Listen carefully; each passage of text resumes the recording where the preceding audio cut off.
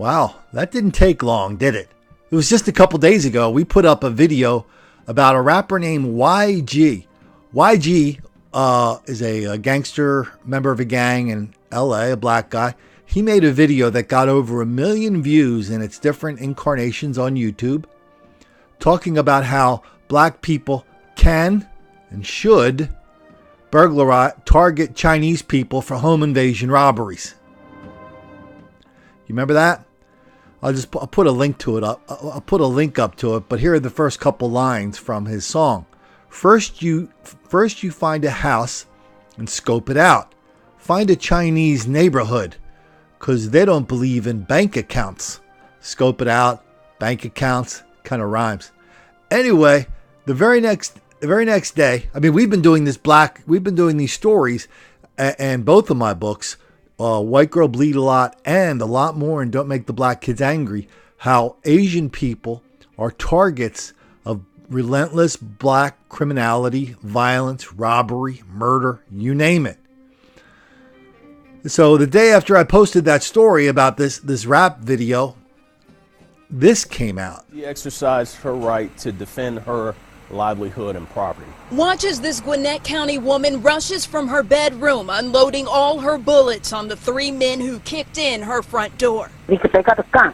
It's the dramatic newly released video from around 4 a.m. Friday morning. The woman, a local restaurant manager, is staying in a spring drive home with a housemate for work-related reasons when she hears the 3 intruders, guns clearly in hand. Police saying they came here for cash and met their match. Did they shoot you?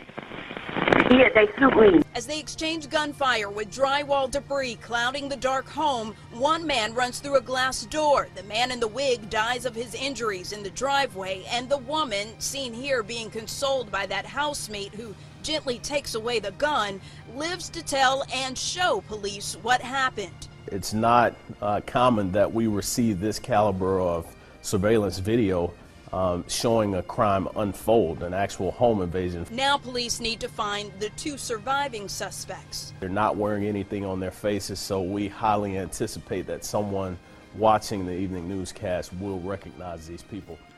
Okay, so we just saw a bunch of black people targeting an Asian household. The household is clearly some kind of it acts as a home office for the family business. I think it's some kind of restaurant. And so they targeted, they broke in, the Asian woman came out, shot back, killed one of them dead. That's not even close to being the worst example of this that was in the news yesterday. But before we get to that, let's take care of a little channel business, because I got a bunch of emails this morning saying one of the channels that mirrors this account, mirrors meaning they just take our videos with my blessing, and you could do the same thing, start your own channel, put these up. The account name was, I think it's ADI 80 space stones, 80 stones. 80 stones. I don't know what that means. Maybe it has a meaning. I don't know. I don't know who it was. I'm grateful they did it. There's another one out there that does it called Yellow Cat. I think they're still up. But it kind of gives us a message that, I do sense people, the bad guys are, we are circling our wagons because we are in the Badlands, and the bad guys are out there trying to shut us down at every opportunity, as they've already done a few times. Most of you guys know that. And so I'm always going to be on YouTube in some form, but we are going to slowly start to migrate to a website, probably my ColinFlaherty.com website or White Girl Bleed a Lot website. And so just remember, that's what we're going to do. And listen, if you haven't done, you notice on this channel, I don't do a lot of this. I don't do a lot of, hey, remember to sign up for my Facebook, my Twitter, all this stuff. Well, you know what? Now it's actually important, because that's going to be your easiest way to keep track of what we're doing here if by chance this video disappears. So at Twitter, I'm at ColinFlaherty.com. Facebook, I've got everybody on Facebook has 2 accounts, right? You got your personal and you got your kind of business. So my personal, I'm easy to find, Colin Flaherty on Facebook, and on the other one is WG Bleed a Lot, White Girl Bleed a Lot, WG Bleed a Lot on Facebook. Those are two easy places to find me. And right now I'm rejiggering one of my websites to make it easy for you to catch up with me on email. But go over to whitegirlbleedalot.com and you can sign up for my email there. And I also done one other thing, basically because dozens and dozens of people have been kind of saying, Colin, listen, we know what you're going through. We know YouTube will not let you monetize your channel. We know, it takes a lot to keep these videos going and to get the equipment and to get the people to help and stuff like that. So people were and are, and they're very generous. They help out with on my PayPal account. You can still do that. If you want to drop a few ducats in the cup, my PayPal account is Colin@ColinFlaherty.com. But I'm also setting up a Patreon account. So it's set up. It's in the show notes. It'll be the first thing you see. So if you want to set something up where you can contribute a couple of ducats every month and to help us keep these videos going, that would be a fantastic way to contribute. Look, here's the fact is this. Not everybody can do everything they want to spread the word about this, about black on white crime, black criminality, black mob violence, and how it's wildly out of proportion, and how reporters and public officials, and now YouTube, ignore, deny, condone, excuse, encourage, and even lie about it. Not everybody can do that. If you have a job in a cubicle with a HR person kind of haunting around like a ghost, Halloween night, I don't think you should be sharing or spreading these videos. You could lose your job. I don't want you to do that. But if you're just so if you're worried about your job, that I understand. But if you come in and go, Colin, my friends don't like your videos. Well, I don't give a damn about your friends, okay? I give a damn about your job, not your friends. The Japanese curse is, may you have weak friends.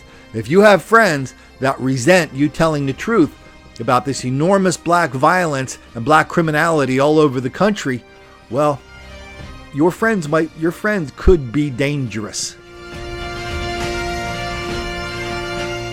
I mean, your friends could get you into a position you don't want to be in by ignoring this enormous amount of violence. So everybody has to do what everybody wants to know. What can I do? What can I do? What can we do? Well, don't wait there is no we. It's just you. It's just me. We're all doing what we can. Everybody can do something different. So, but if you're a person who cannot, because of your job, like, share, subscribe, do all those things, that's fine. You can still watch these things. Maybe tell your relatives. But the way to help, if you're limited into what you can do, the way to help is to help people who are in a position to do something, like this channel, like me. So that means go to my Patreon, go to my PayPal, put a few coins in the tin cup. That's how you can help. A lot of people are very generous. I mean, I get boxes of cigars in the mail. People send me checks in the mail, money orders in the mail, cash in the mail. People put money in my Patreon account. They put money in my PayPal. That's all good. That's how we're going to keep this going. I mean, when I first started doing this, I thought it was just going to be, we're going to expose the media hypocrisy that won't tell us the truth about this black mob violence and black criminality and black on white crime. I thought it was kind of a media story. Then all of a sudden people said, Colin, you're saving lives with this information. You're opening our eyes. And by the way, this is a perfect example. I happen to know a lot of Asian people watch this channel. A lot of Asian people give this channel to their friends. But when I first started out, I had no idea of how really bad it was. Not just the black criminality, not just the black on white crime and black mob violence. I had no idea how bad it was. But I also had no idea of how enormous the resistance would be to anybody who wanted to speak the truth in a plain fashion, without racism, without rancor, without apologies. That's what we do here. But the resistance to that is quite enormous. And so everything takes a lot longer than maybe it should be. That's why I don't really do a lot of PR, because I just want to focus on these videos. I want these videos to speak for themselves. And they do. And I'm really gratified with how people are really adopting this channel. They adopt these videos. And they're really using it not just to help expose the media hypocrisy, but to help save the lives of friends and family and loved ones.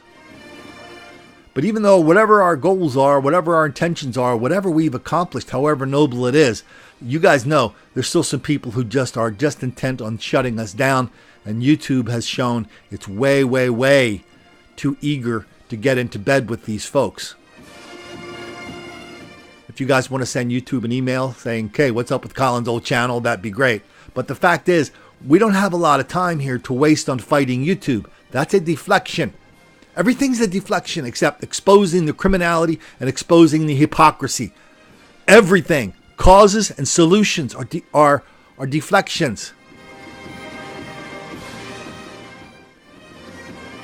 That's how we got into this mess. It's too easy to deflect. So we're gonna do what it takes to go to our own channel. That's going to take a lot of effort. That's going to take a lot of expense to expand it, to let people know about it, to expand my email, get a few more professional hands here to help do certain things where we can be less vulnerable to these people who really are just intent on shutting us down and shutting down this you know what? I almost said the word conversation. Now they've got me talking like them because there is no conversation on race in this country. I mean, that's the second biggest lie. The big lie is the hoax of black victimization. That's the biggest lie of our lifetime. But the one that's coming up on the inside lane and catching up quickly is the statement, Colin, we should have a conversation about race. That's a lie. Nobody wants to have a conversation. They want to badger us into accepting this black criminality as completely normal. And every day, I mean, how many times on these videos in the last couple of months have you heard somebody say, gosh, I've never heard of this happening in this neighborhood before. Well, this is happening more and more. And the place we see it even more than that is the hostility towards police. That is not just a war on police. That is a war on white people, on Asian people, on gay people, on old people, on young people, on a whole flock of people who don't like being victims of black criminality, but who feel like they have trouble speaking out. And that war is being conducted by a whole group of people who do not like it when cops catch black people breaking the law. That is a plain fact. That's what we're doing here. Very plainly, very simply, but it's attracting a lot of support. But for all the support we get, it's amazing like how little it takes to knock down this big structure every 12 months or so. So we're not going to let that happen anymore. Okay, so enough on that. So the bottom line is, if you want to help with my Patreon, Patreon's in the show description, easy to find, patreon.com/Colin Flaherty. Okay, so you've had your vegetables. Here's the dessert. We're talking about how the gang member from LA made a video talking about how black people can and should and how to break into the homes of Asian people. Check out this next story about just like 2 days ago. A couple days ago, they just busted up a crime ring, that were responsible for at least 5,000 burglaries in the LA area. But they really, in this report, they really left out two things that we will fill in the blanks with right after you see this news story. An organized crime ring involving gang members who burglarized thousands of Southern California homes shut down today. At dawn, 400 police officers descended on South LA, raiding nearly 30 locations, arresting 13 people linked to hundreds of home burglaries in 5 Southern California counties. NBC4's Patrick Healy live in Torrance for us now, the city that led this investigation. Patrick. Carolyn and Michael, Operation Moneybags, they called it. The raids in South LA, actually some distance from the suburban neighborhoods where the burglaries occurred. Burglaries that investigators have linked to one South Los Angeles gang. Now, this massive series of raids this morning, pre-dawn, involves some 400 officers, major concerted effort targeting some 28 locations, most in South LA. Law enforcement and SWAT gear from 18 agencies making tactical entries. When it was over, they reported arresting 13 of the 53 suspects who had been linked to at least 147 burglaries, possibly hundreds or even thousands more. We're told the investigators began nearly 4 years ago in response to the surge in burglaries that had then just begun. Torrance Police Sergeant Paul Cronky said investigators were following up on a pattern they saw. It was a group of individuals and from this gang that we noticed that were committing it on a continual basis, and they were being contacted all over the county, not only Los Angeles, but Orange, Ventura, Riverside, San Bernardino, and that's where we noticed the pattern. We're all much more vigilant of what's going on. A lot of people have, cameras. Here's a crime bulletin Torrance issued after a home burglary 2 years ago. The getaway car was a Jaguar. Police said the burglars often rented new cars and dressed nicely to better blend into suburban neighborhoods. They would often knock on doors or call home phones to make sure no one was home before going inside. Now, coming up in our next report, we will show you security video from a home security camera of two brazen burglars carting a large screen TV down a driveway into their waiting car curbside. Also, how some of the burglars may have tripped themselves up with their own boasting on social media. However reticent the local TV news was to mention this. Thank goodness the Daily Breeze in Torrance, where I've spent a lot of time, Torrance, somebody had the sense enough to say, oh yeah, the people involved in these 5,000, can you get your mind around that? 5,000 burglaries?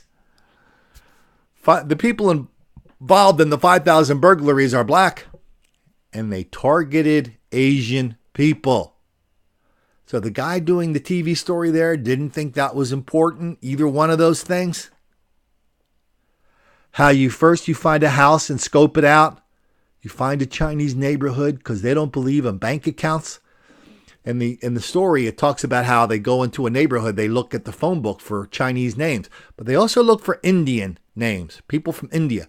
You know, people from India, they only have like 6 names over there. One of them is Singh, Singh, like Vijay Singh, the golfer. I said that to somebody the other day, and they scoffed immediately, saying, "Oh, Colin, nobody uses phone books anymore." Everybody gets a phone book on their doorstep, still. White pages and yellow pages.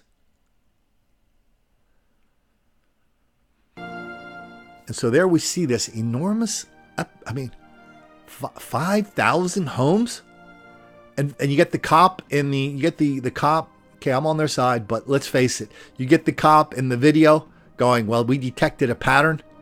I hope so. After 5,000 burglaries, there's not one stool pigeon inside these gangs. There's not one person who knows anything about anything.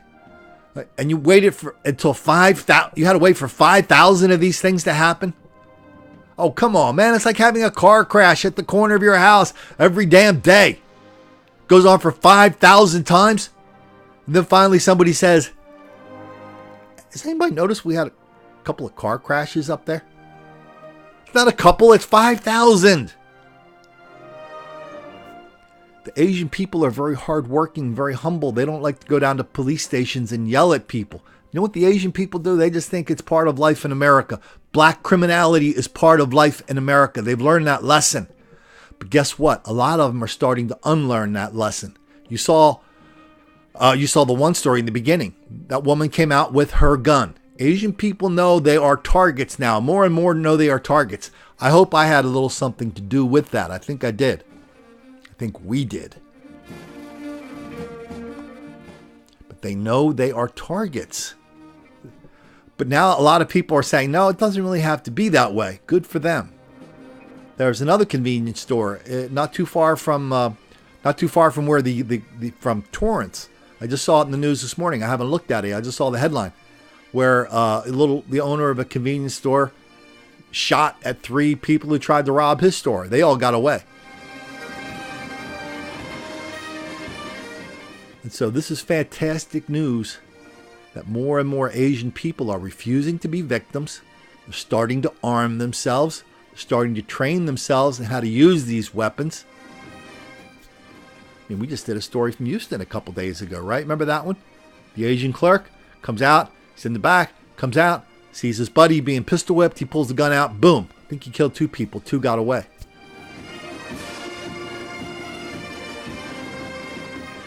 So that's great news, that more and more Asian people do not want to be victims, and they just don't care what made the black kids angry.